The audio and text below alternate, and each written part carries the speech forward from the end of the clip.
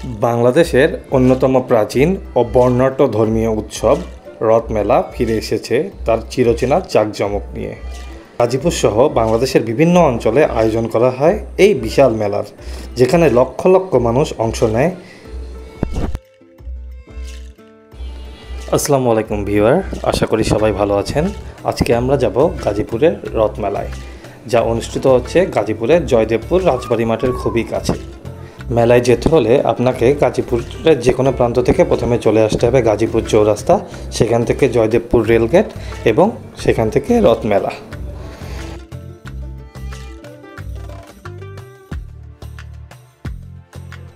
তো বন্ধুরা, দেখতে পাচ্ছেন আমরা এ পর্যায়ে রথমেলা পৌঁছে গিয়েছি।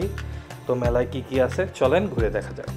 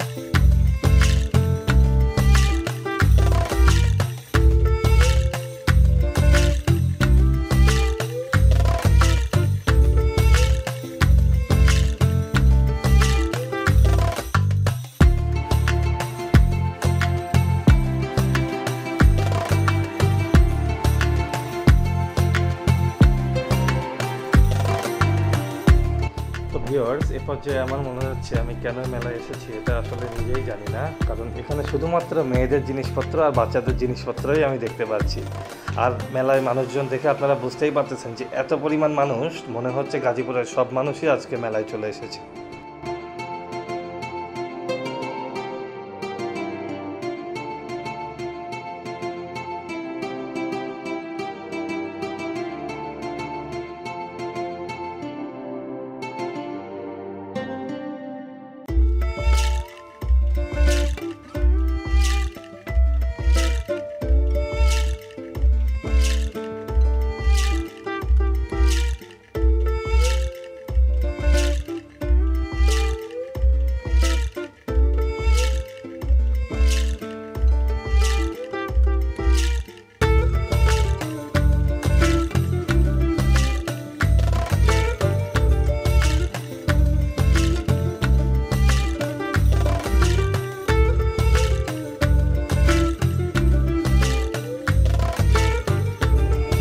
তো ভিউয়ার্স, এ পর্যায়ে আমরা মেলার একদম শেষ মাথায় চলে এসেছি।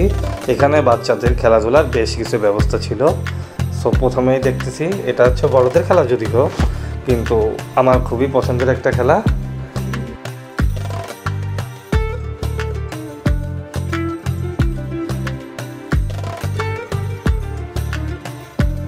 চলুন এখন দেখে নেওয়া যাক মেলায় কী কী খাবার অ্যাভেলেবেল ছিল।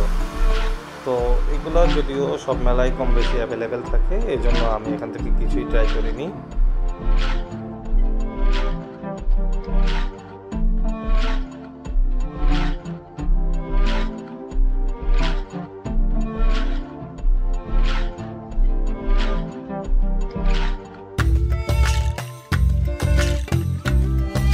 ভিউয়ার্স, আমি আসলে বুঝি না এই বড় বড় মিষ্টিগুলা কে বা কারা খায়, আর যদি এগুলা কেউ নাই বা খায় তাহলে এগুলা মেলায় কিভাবে আসে বা কেন আসে, আর এগুলা যদি বিক্রি না হয় তাহলে কি করে তারা আসলে, বা কিভাবে এগুলা ভালো থাকে আসলে।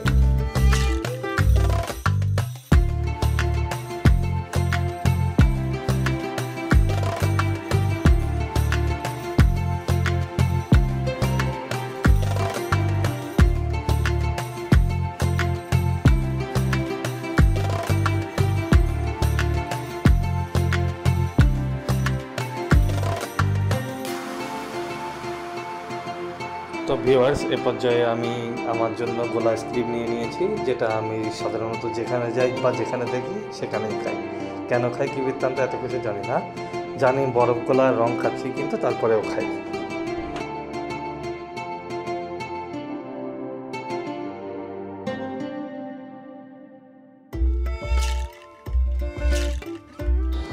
তো ভিউয়ার্স, এই ছিল আজকের মতো।